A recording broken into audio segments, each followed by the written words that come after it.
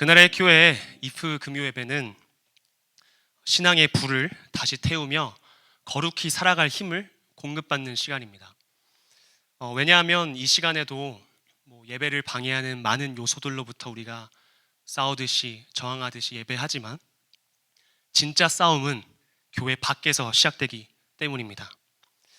그날의 교회 이프 금요 예배는 믿음과 반대되는 것에서 맞서 싸울 수 있는 힘을 공급받는 시간입니다. 어떤 교회를 가보니까 교회에 나가는 길에 이런 말이 써 있더라고요. 진짜 싸움은 이 문을 나간 후입니다. 맞습니다. 진짜 싸움은, 진짜 믿음의 싸움은 우리가 이렇게 앉아있듯이 평화롭게 이루어지지 않습니다. 교회 문 밖을 나선 곳은 믿음 가지고서 평범하게 살아가기엔 사실 치열하기 때문입니다. 때로는 포기해야 되고, 때로는 참아야 되면, 때로는 더 가지기보다 더 버리길 선택해야 되기 때문입니다. 나의 불완전함이나 나의 부족함 때문에 좌절하기도 하고, 이 멈추지 않는 세상의 공격 때문에 지치기도 합니다. 삶은 쉽지 않기 때문에 그리스도인은 믿음을 가지고 또 믿음을 위해서 믿음의 싸움을 싸워야만 합니다. 그래서 오늘 본문 12절은 이 싸움을 믿음의 선한 싸움이라고 묘사하고 있습니다. 오늘 읽은 본문은 바울이 사랑하는 디모데에게 편지한 내용인데요. 디모데는 바울의 제자라고 할 수 있습니다. 그래서 바울은 자신이 사랑하는 이 제자 디모데가 교회를 잘 섬기고 또 성도들을 믿음으로 잘 교육하도록 하게 하기 위해서 잘 알려줍니다. 그리고 디모데 그 자신도 예수 그리스도의 말씀을 잘 따라가도록 하게끔 편지를 썼습니다. 디모데야, 교만하지 말고 경건해라. 착한 양심을 버리지 말아라.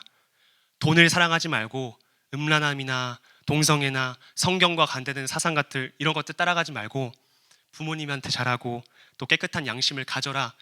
이런 등등의 내용들을 디모데전서 1장부터 쭈루룩 가르치고 있습니다. 디모데전서 2장 18절과 19절은 이렇게 말하고 있습니다. 한번 읽어보겠습니다. 시작. 디모데야,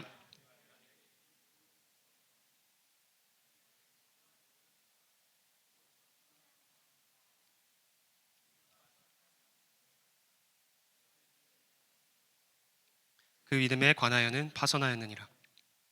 바울이 디모데에게 편지를 쓴 이유를 이렇게 정확히 소개하고 있죠. 자신이 가르쳤던 그 예수님의 말씀, 내가 너를 지도한 예언, 이거 다시 한번 알려주고 그대로 살아라. 선한 싸움을 싸워라. 교회에게도 이것을 가르치라고 강조하고 있습니다. 디모데 전서 또 디모데 후서, 이 내용들은 이 후서에는 이와 같은 내용들이 소개되고 있습니다. 그래서 디모데 전서와 후서를 우리는 목회서신이라는 말로 부르기도 합니다. The Pastoral Letters이라고 부르기도 합니다. 그런데 우리가 교회에서 흔히 하는 착각이 있습니다. 뭐냐면 경건하고 기도하고 또 말씀 많이 보고 이런 것들은 사실 목사님이나 목회자들한테만 해당되는 거 아닌가? 교회 밖을 나가보세요. 성경에서 말하는 그런 착한 양심, 이런 것들 저런 것들 지키고 살기가 얼마나 바쁘고 세상이 힘든데, 보세요. 디모데 전서도 목회서신이라고 말하고 있잖아요. 목사님들을 위한 것. 이렇게 성경에 소개된 신앙의 규칙과 태도, 이런 마음가짐들을 이런 믿음을 지키기 위한 가르침을 목회자 따로, 성도들 따로 구분하는 착각이 우리한테 있을지도 모릅니다. 물론 교회 안에서 목사님들이나 성도님들이 책임지는 또 담당하는 일은 차이가 있을지는 모릅니다. 하지만 교회 안에서나 밖에서나 하나님의 사람으로 살아가야 된다는 차이가 없습니다. 그래서 바울은 디모데에게 편지하는 것이죠. 디모데야, 성도들에게 선한 싸움을 가르쳐. 그런데 그 이전에 너도 신앙의 싸움을 싸워야 해. 왜인가요? 누구는 선한 양심을 버리다가 믿음에 관해서 파선했대요. 부서진 배처럼 돼버렸대요, 믿음이. 여러분, 여기에 모인 우리는 목회자 이전의 그리스도인이고 가정에서의 역할, 사회에서의 역할, 직장에서의 역할 이전의 그리스도인입니다. 11절은 말합니다. 오직 너 하나님의 사람아. 하나님은 우리가 사회에서 입고 있는 옷으로 부르시지 않으셨습니다. 그 옷에 따라서 믿음의 싸움으로 부르시지 않으셨습니다. 하나님의 이름을 가슴에 품고 있는 사람, 세상이 다 변해도 예수 그리스도의 이름을 마음속에서 빼앗기지 않을 사람, 그런 믿음을 가진 사람을 부르십니다. 오직 너 하나님의 사람아. 여기서 우리는 믿음의 싸움에 있어서 기억해야 될 첫 번째 사실을 발견하게 됩니다. 첫 번째, 하나님의 사람으로 싸워야 합니다. 제가 보스턴에 한번 놀러 갔을 때 구매한 자켓이 하나 있습니다. 세계적으로 유명한 대학이 거기 있죠. 어떤 대학교일까요? 하버드 대학교입니다. 그 하버드 대학교에 처음 가면서 자켓을 하나 기념품으로 사게 되었는데요. 이 자켓이 그 바람막이 자켓으로 되게 따뜻해가지고 종종 지금도 자주 입습니다. 더운 날 빼고요. 그런데 어느 날 제가 친누나의 결혼식이 한국에 있어서 비행기를 타고 한국에 갈 일이 생겼습니다. 미국에서 한국으로 가려면 한 16시간 정도 타고 가야 되기 때문에, 또 앉아서 가야 되기 때문에, 또 여름 같은 경우에는 비행기가 또 에어컨이 빵빵해서 되게 춥잖아요. 그래서 저는 그 하버드 자켓을 입고 비행기를 탔습니다. 그런데 그날은 되게 이상하게 비행기에 탄 절반 이상의 학생들이 하버드 대학교 옷을 입고 있는 것입니다. 하버드 스웨트셔츠, 하버드 자켓. 저는 당황했습니다. 하버드 유학생인가? 왜 단체로 다니지? 하고 조심스레 제 자리를 찾아 앉았습니다. 제 옆을 보니 하버드, 예일, 프린스턴, 가장 최고의 학교들이죠. 줄줄이 앉아 있는 겁니다. 살짝 당황한 채로 비행기가 출발했는데 이제 기장님, 파일럿이 이렇게 방송하답니다. 땡땡땡 과학고등학교 학생 여러분, 저희 항공을 이용해 주셔서 감사합니다. 그래서 저는 고등학생들이구나, 기념품으로 나처럼 이런 옷을 샀구나 하면서 나름 안심을 했습니다.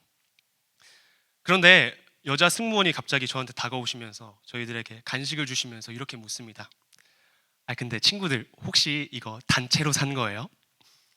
저는 대답했습니다. 왜냐? 저는 과학고 학생이 아니니까요. 저는 다른 사람입니다. 그러자 승무원께서 되게 당황하시면서 죄송합니다. 진짜 하버드 학생이셨군요. 하면서 얼른 도망가시더라고요. 저는 더 당황했습니다. 옆에 있는 학생은 막 흥분하더니 예일대학교 옷을 입은 친구가 야, 네 옷 빨리 벗어라, 이렇게 말하더군요. 저는 학생들에게 천천히 사실을 말해줬지만 그날 그 승무원 분께서는 제가 하버드 학생인 걸로 기억하고 계셨답니다.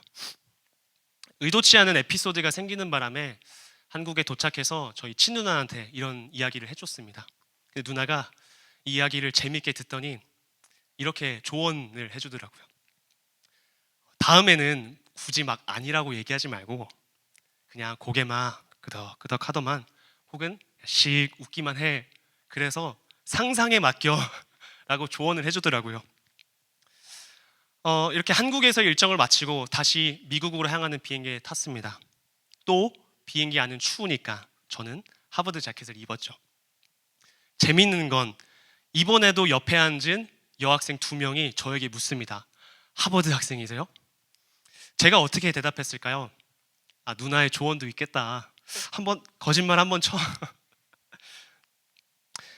어차피 한 번 보고 안 볼 사이니까 하버드 학생인 척 하면서 웃기만 할까?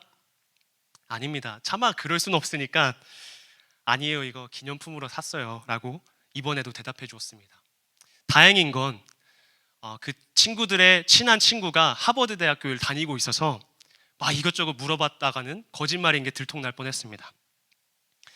여러분, 저는 에어컨이 빵빵 나오는 그 비행기 실내 안에서 유명한 대학교의 옷을 입고 있었습니다. 하지만 그렇다고 해서 제가 그 학교의 학생이 된 것은 아니었습니다. 처음 만난 사람이 나를 이런 사람이야 착각한다고 해서 내가 그 대학교 대학생이 되나요? 내가 입는 옷, 나의 모양, 혹은 나의 모습이 나를 결정하는 것이 아니기 때문에 아닙니다. 우리가 교회 밖에서 입고 있는 사회적인 옷은 각자 다를 수가 있습니다. 또 옷과 역할에 따라서 그 조직이 나한테 어떤 행동이나 말을 요구할 수는 있습니다. 하지만 믿음의 선한 싸움에 참여하면서 그리스도인으로 해야 할 말과 행동을 결정하는 건 잠시 입다가 벗을 나의 옷, 나의 사회적인 역할이 아니라 영원히 변하지 않는 사실, 내가 하나님의 사람이라는 사실에서 나의 말과 행동이 시작됩니다. 하나님은 우리에게 믿음의 선한 싸움을 싸우라고 하실 때 어디에 소속된 누구누구야, 무슨 일을 하는 누구누구야 라고 부르지 않으십니다. 오직 너 하나님의 사람아, 이것을 피하고 싸우라고 모두에게 말씀하십니다. 여러분은 하나님의 사람이신가요? 그렇다면 믿음의 싸움에 함께 하시길 원합니다. 잠깐 입고 있는 교회 밖에서의 역할 때문에 그리스도인으로 진실되게 살아가야 할 양심을 버리지 마시길 원합니다. 남들은 자세히 알지 못하는 그 상황에서 포기하는 것 참 힘듭니다. 불가능처럼 어렵습니다. 그 순간에 나의 말과 결정을 그리스도인처럼 선택하는 것 참 힘듭니다. 눈 한 번만 감으면 아무도 모를 텐데 의도적으로 어려운 길 가는 것 참 힘듭니다. 하지만 그럼에도 우리는 싸워야 합니다. 왜냐하면 우리는 하나님의 사람이기 때문입니다. 두 번째로 우리가 기억해야 될 사실은 불완전하더라도 부족하더라도 싸워야 합니다. 12절을 한번 읽어볼까요? 12절 시작. 싸움을 싸우라, 영생을 취하라, 이를 위하여.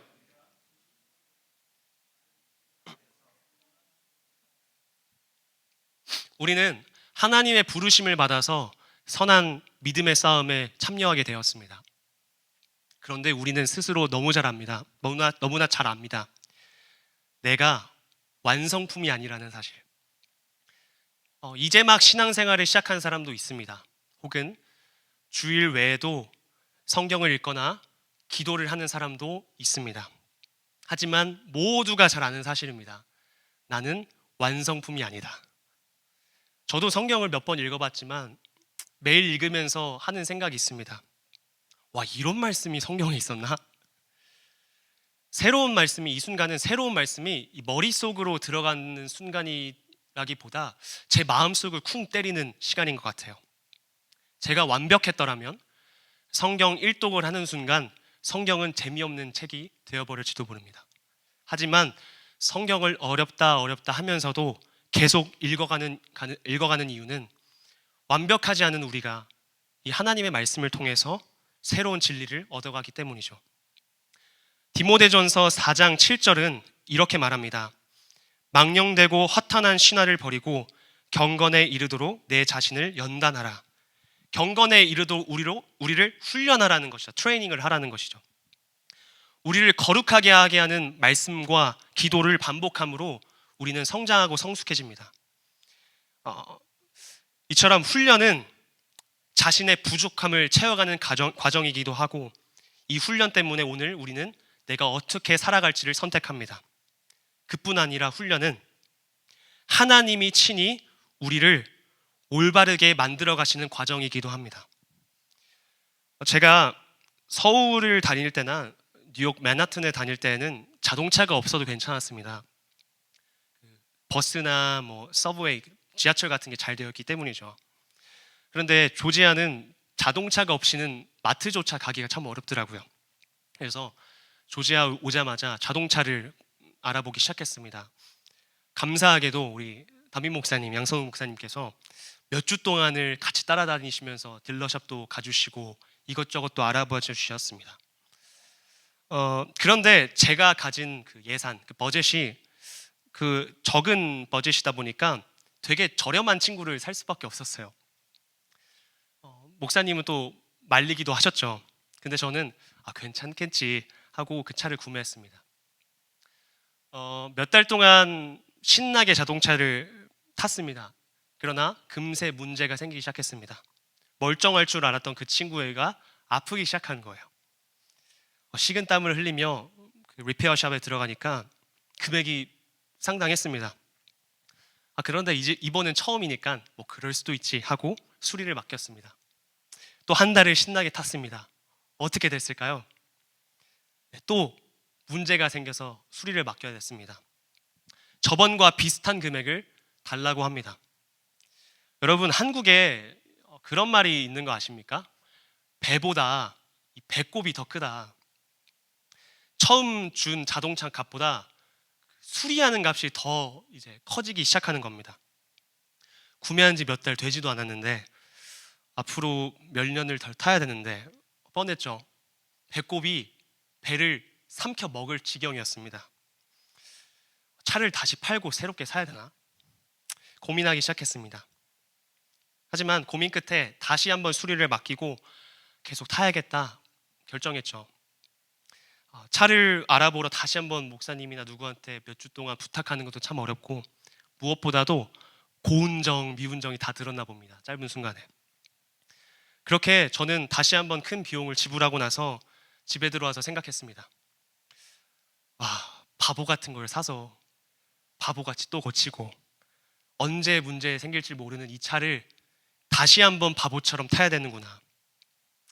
제가 바랬던 건 럭셔리 카도 아니었습니다. 그냥 아프지 않고 잘 굴러가기만 하는 차였습니다. 근데 그게 마음대로 안 되니까 마음이 되게 불편하더라고요. 하지만 또 다른 생각이 이내 제 머릿속을 스쳤습니다. 주님도 이런 마음이셨겠구나. 멀쩡한 사람을 산 것이 아니라 죄인 중의 괴수를 가장 귀중한 생명을 주고 사신 예수님.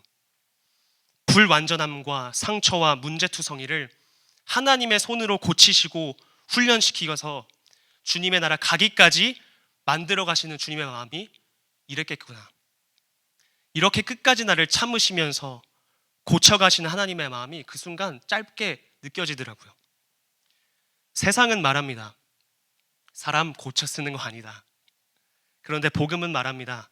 사람 고쳐 쓸 거다. 죄인 중에 괴수조차 당당한 하나님의 사람으로 어떤 핑계와 변명을 대도 부족하고 연약하고 볼품없는 사람을 멋진 주님의 용사, 믿음의 싸움에 합당한 사람으로 만들어 가겠다고 말씀하십니다. 어쩌면 낭비처럼 보입니다. 모든 것을 하실 수 있는 주님이 고작 부족한 사람, 완전한 사람으로 만들려고 그 과정들이 되게 손해처럼 보입니다. 고치시기 위해서 투자하는 비용이 되게 아까워 보입니다. 훈련 하나 둘 시키는 것보다 아예 완벽하고 새로운 사람 하나 만드셔서 주님의 선한 싸움 싸우게 하시는 게 더 훌륭한 선택 같아 보입니다. 하지만 우리 주님은, 우리 하나님은 그러지 않으셨습니다. 세상에서 믿음으로 싸우기에 부족해 보이는 그 사람들조차 수없이 반복되는 훈련 과정과 경건의 연단을 통해서 믿음의 용사로 만들어 가십니다. 왜일까요? 그 이유는 하나님이 사랑하시기 때문입니다. 고운정, 미운정 수준이 아니라 하나님이 사랑하시기 때문입니다. 바울이 제자 디모데를 사랑했듯이 야 디모데야 너 성인인데 이 정도는 해야 되는 거 아니냐 불평하지 않고 묵묵히 편지를 썼듯이 주님도 우리를 사랑하시기 때문에 기꺼이 그 수고와 헌신 그리고 희생을 하시기까지 불완전한 우리, 부족한 우리를 완전한 주의 용사로 만들어 가시는 것이 주님의 사랑의 방식이기 때문입니다. 올 여름에 우리 VBS가 있습니다.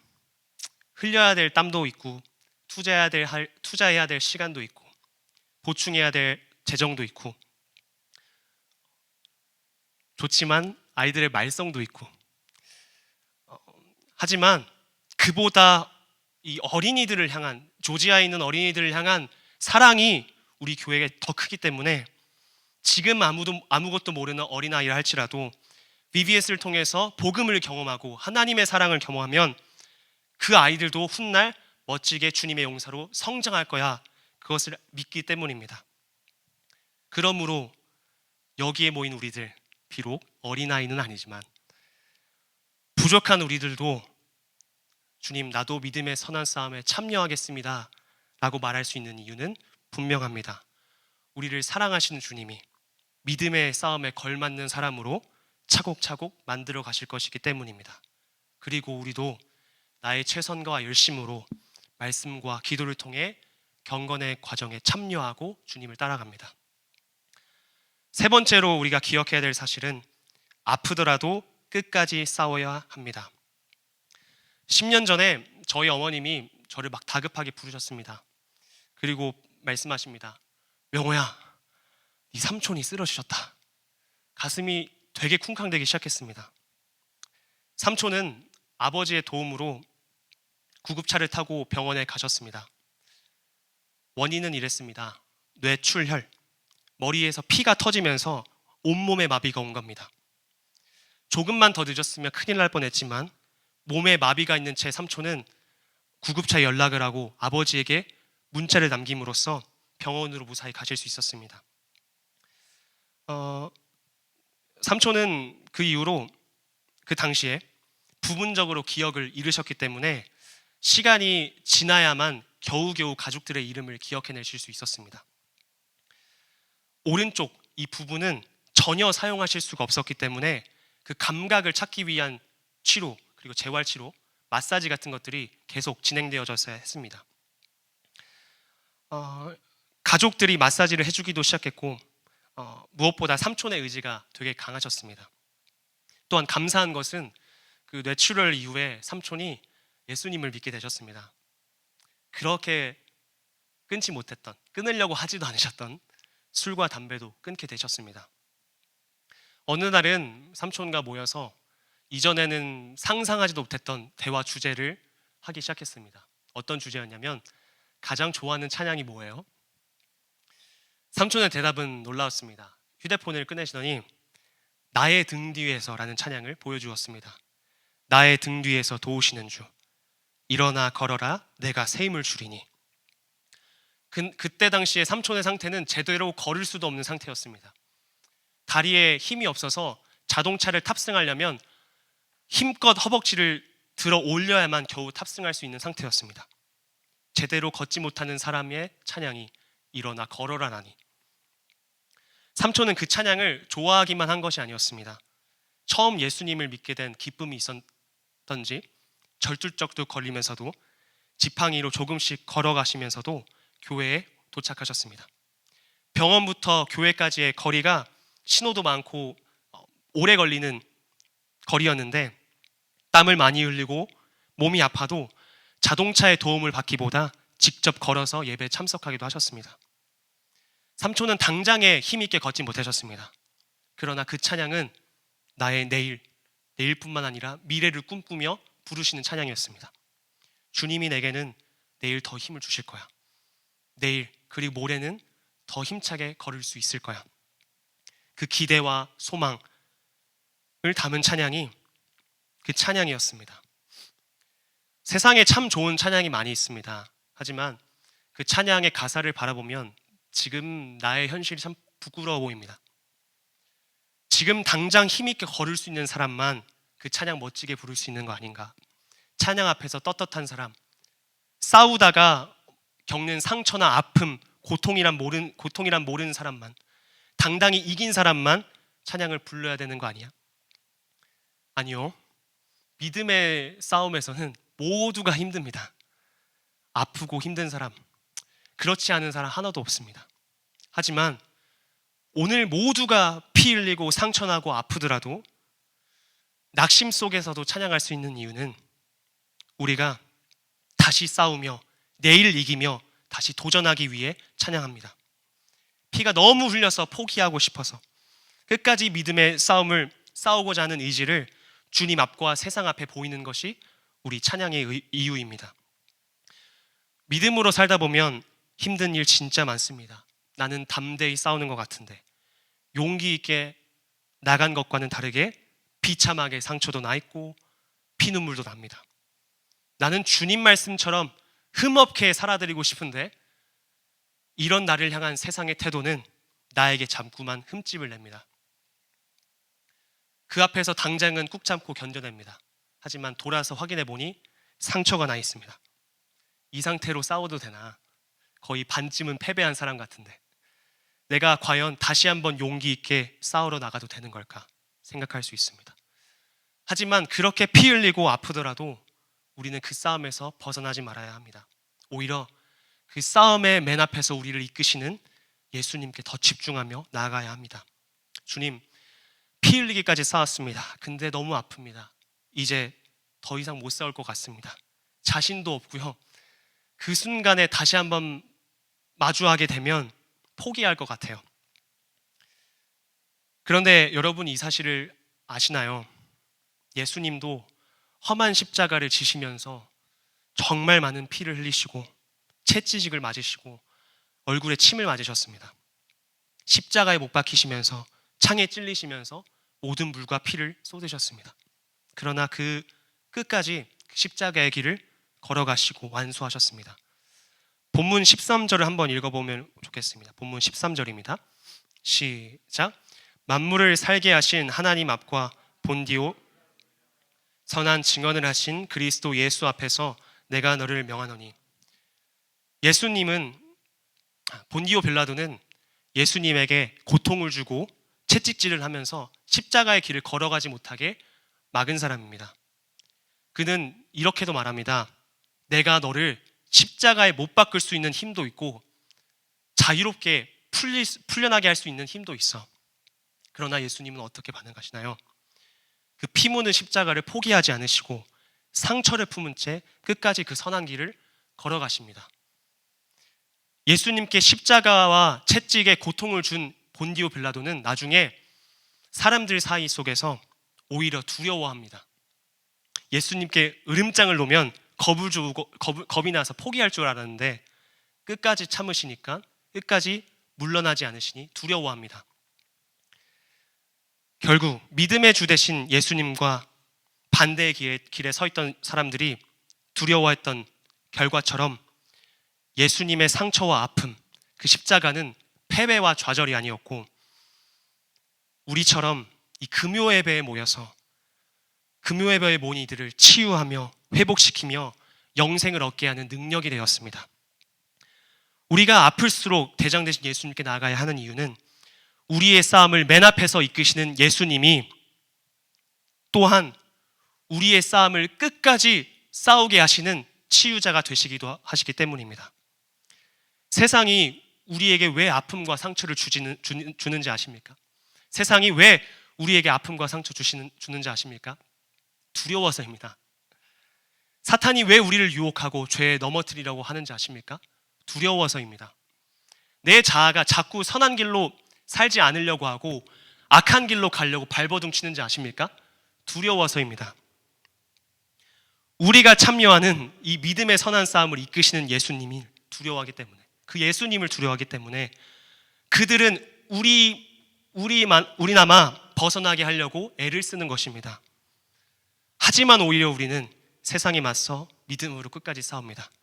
나를 뛰어넘고자 하는 찬양과 기도와 말씀으로 말입니다. 말씀을 마칩니다. 우리는 믿음의 선한 싸움을 싸워야 합니다. 하나님의 사람으로 지금 부족하더라도 아프더라도 싸워야 합니다. 본문 14절은 이렇게 말합니다. 우리 주 예수 그리스도께서 나타나실 때까지 흠도 없고 책망받을 것이 없이 이 명령을 지키라.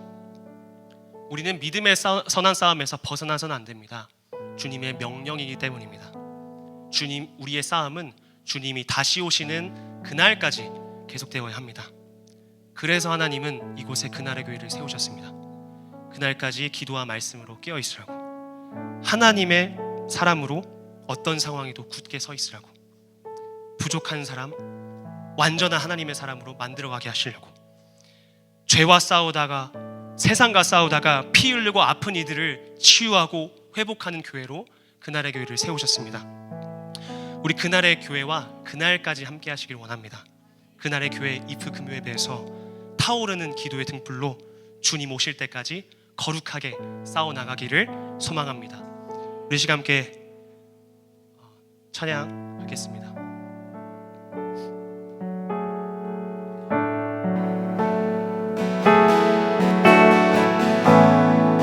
예수 나의 좋은 치료자, 예수 나의 좋은 치료자, 그의 눈이 머무는 곳은 나의 슬픔과 고통 고개를 들어 그의 눈을 볼 때에 난 알았네 예수 나의 좋은 치료자 예수 나의 좋은 치료자 예수 나의 좋은 치료자 그의 눈이 머무는 곳은 나의 상처와 아픔 영원히 흐를 것 같았던 눈물 다 멎었네 예수 나의 치료자 나 노래하리라 나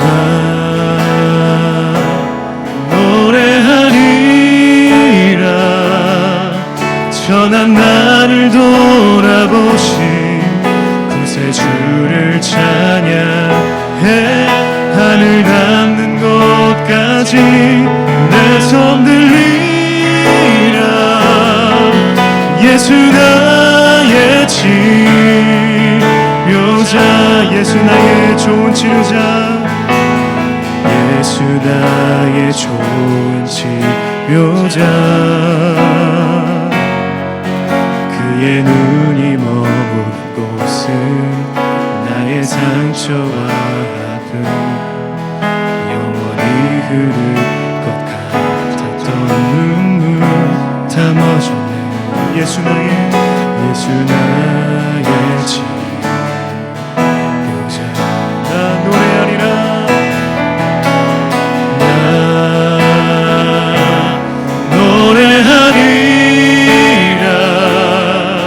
전한 나를 돌아보신 구세주를 찬양해 하늘 닿는 곳까지 내 손 들리라 예수 나의 치료자 나 노래하리라